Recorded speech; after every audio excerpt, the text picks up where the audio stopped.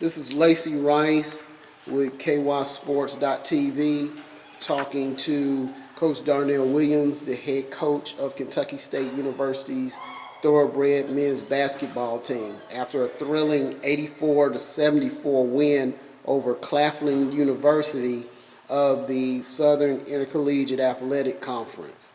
Coach, I believe this is your second game in the conference. You've won both games. What's your outlook for your team heading into the conference?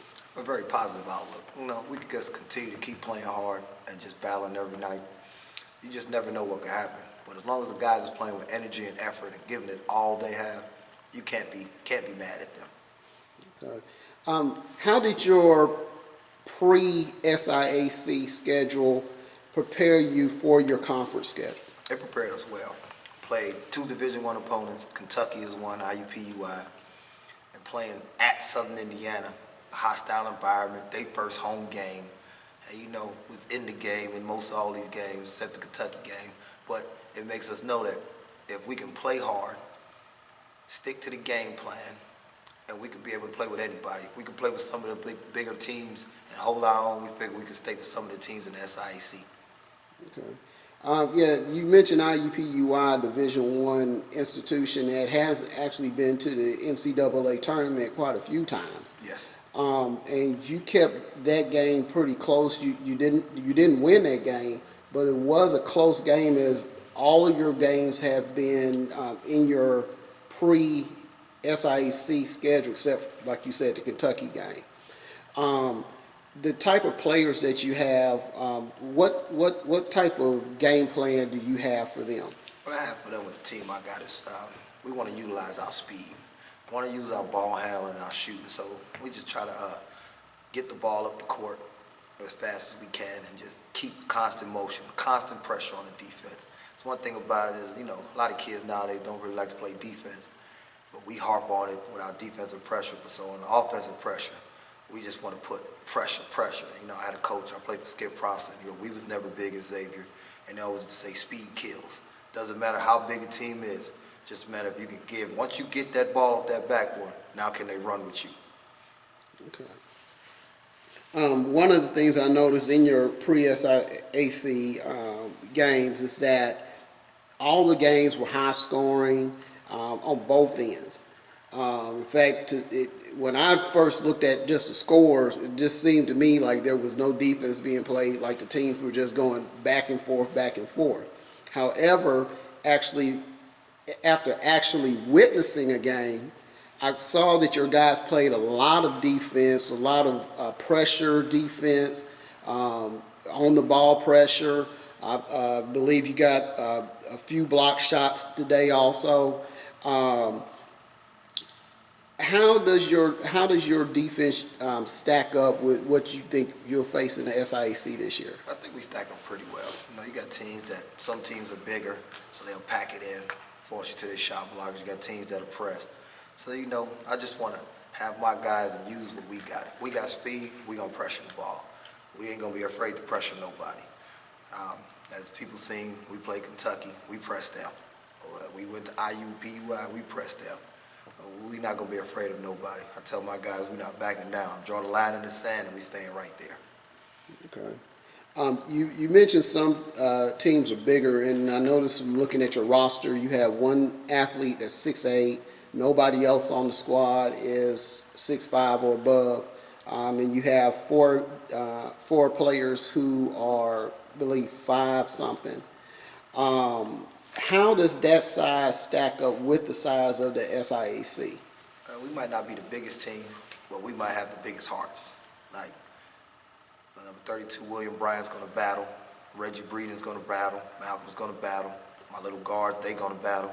And Julius held his own tonight. Played a very, very, very good game, did what he wanted. And like I tell him, if we gang rebound and we just do the fundamental stuff, we could be fine. Because if you box up, can't jump over our back because it's a foul. So, I just try to harp the fundamentals, box out. If you box out, we get the ball, now let's go. Okay. You entered the game with the number 1 assist man in Division II in Dorian Jordan, but today He took 18 shots, scored 21 points for you, but he only had, and he had 6 rebounds, but he only had 4 assists. Is that the type of game you want him to play, or is the situation just dependent upon your opponent? It was dependent on the opponent today. You know, he hit some tough layups. A couple guys missed a couple open shots that they normally hit for him. And, you know, he knows it. You know, he's one of the best passers in Division II basketball. Just today was one of the days where it wasn't falling for the other guys, so he took it upon himself and scored 21 points. But shoot, at 5'5", got 6 rebounds. Maybe had 3-4 steals. I'll take it. You know, I don't want him to take 18 shots, and he knows that. But sometimes you got to try to find a way to get a win. Right, right. Well, one of the things that I noticed in the stats about your defense is that it produced 14 steals today, which is a very high number. Claflin itself, they played some pretty decent D, and they only came away with 4 steals. You had a Reggie Breeden with 5, and besides Dorian, who you mentioned, you also had Quentin Henderson with 3 each. And just one guy having 5, that was more than Claflin got as a team. Is your defense really dependent upon, especially with the size, is it dependent on getting the balls from whoever's dribbling or getting in the passing lanes or whatnot? Because it said you only have one guy that's 6'8". You did still produce 4 block shots out of that. Well, we got to use our speed. And being that we're not the biggest team, so we're just going to try to wear you down 94 feet. Mm-hmm. As the game go on with harassing deep in the passing lane, sometimes you get steals. And Reggie's one of the better help side defenders at reading and anticipating the ball. Mm-hmm. Quentin Henderson might be our best on-ball defender. Mm-hmm. Overall, might be our best defender, period, point blank. And then you got Dorian, that's so little, that's just like a little gnat that just doesn't go nowhere. And then Julius, a couple blocks where, you know, he might not be the strongest guy, but if he just does that every night for me, what he gave me tonight, plus shooting 7 for 8 from the free throw line, I can't ask for more from the big guy. Okay. You mentioned also Reggie Breeden. Looking at the roster, I believe he's listed as like a guard forward. Now in high school, he played point guard. So I know that gives you some more versatility as far as your team, and it actually seemed like your team handled the ball pretty well as a team. Yeah, when we go small, you know, a lot of people's into the small ball thing. You know, I just take what I got. And with the roster that I got, when we go small, we just going to spread you out. And with Reggie being a point guard in high school, point guard when he first went to the first school, IU Southeast, that gives us a 4th ball handler on the floor. Many teams can't do that. And he's one of the tougher kids that we got. Between him and Quentin Anderson might be the 2 toughest kids that I have. And if you say Reggie guard a 7-footer, he's going to try his best. Him and Malcolm Smith, they did a great job playing undersized 4s. But that just gives us another ball handler. Right. Okay. With you playing small ball, actually I believe that's when you started breaking the game open in the first half, is when you went smaller and brought in your second team. And can you speak as to why there was that maybe that spark that they brought in that the first team just didn't have initially, but then came back later on in the game and got? Well, sometimes it's the matchups and just the flow of the game. And, you know, sometimes it don't be early, sometimes it be late. So, you know, when I went small, like we went small the other night, if a team's going to not match up to us, that's what I like. I'd rather them stay with they big. So we going to battle, then once we get it, we gone. And you're not going to be able to keep running. After a lot of them big leg guys going to get tired, and we going to keep going. And I'm going to get another sub. We can go small. There was times where I had 5 guards on the court. Reggie Breeden was playing center, guard at number 33. Once we got that ball at the backboard, we gone. So, you know, you give the card that you're dealt.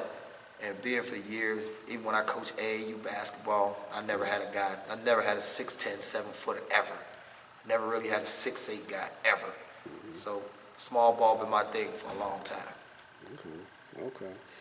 Is there a specific major D1 that people might be more familiar with, that you're modeling after, maybe Villanova or one of those teams that have run 5 guards in their starting lineup, or 4 guards and a forward? Well, if you look at it, the old Villanova teams that Jay Wright had when he had Randy Foy, Allen Ray, that made their run to the NCAA Final Four, they started 4 guards and a power forward.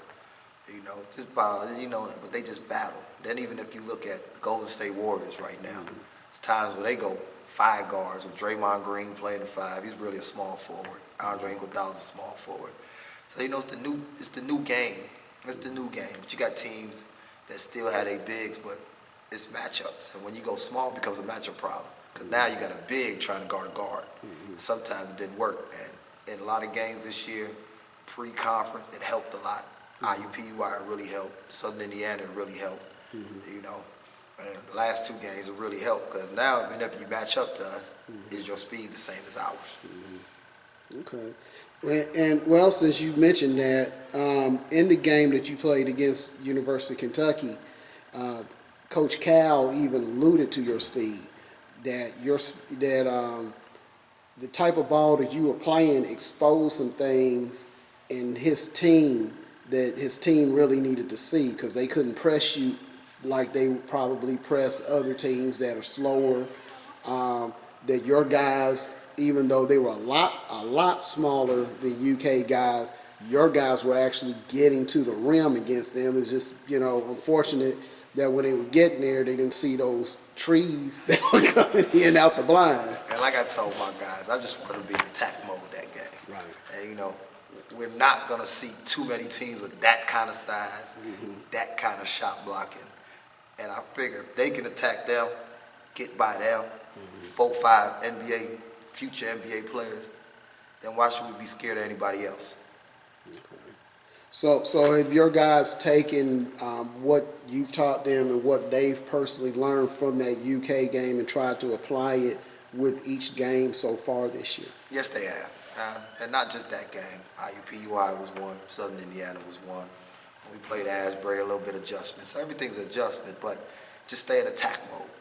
And if you stay in attack mode, you stay aggressive. You get a couple whistles your way. You get a couple layups go down. It's like Dorian Jordan tonight. Even though the big fellow was blocking a couple shots, he's not going to be able to block that floater. It's either going to be a goaltend, a bucket, or I have my big fella coming from the other side because he left, got to put back. Okay. Start wrapping up on this interview. Are there any other players that you want to talk about? Tristan Ford played well today. Hit a couple shots. Teddy Ware, Kevin Shaw, they all just buying into the system. I know a lot of guys, everybody want to play 30, 40 minutes. Sometimes in a win, you might not be going your way. You still just got to be part of the team, be a cheerleader. Just be there for each other. And, I feel everybody buying in tonight. Quentin Henderson gave us a great spark off the bench. So did Reggie Breeden.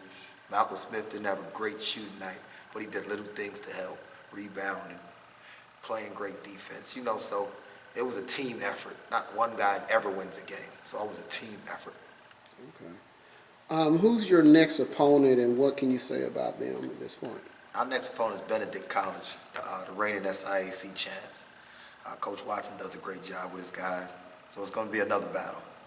I haven't watched too many film on them because I just go one game at a time. Don't like to look ahead. But, they got their point guard is coming back very good, solid, speed. So it's going to be speed versus speed right there from the jump. So, he does a real good job. Guys is well coached. So, watch some film tonight, watch some film tomorrow, find a game plan, and just try to go out and get another W. Okay. Kentucky State is 3-3 overall, 2-0 in the SIAC. Coming up against the SIAC Power. I believe that game is Monday. And so we do wish you a lot of luck in that. Thank you. And hope that the Thoroughbreds can represent Kentucky well and come back with another win and go 3-0 in the SIAC. Thank you. That's all we're trying to do, make Kentucky State proud. Go Thoroughbreds. Go Breds.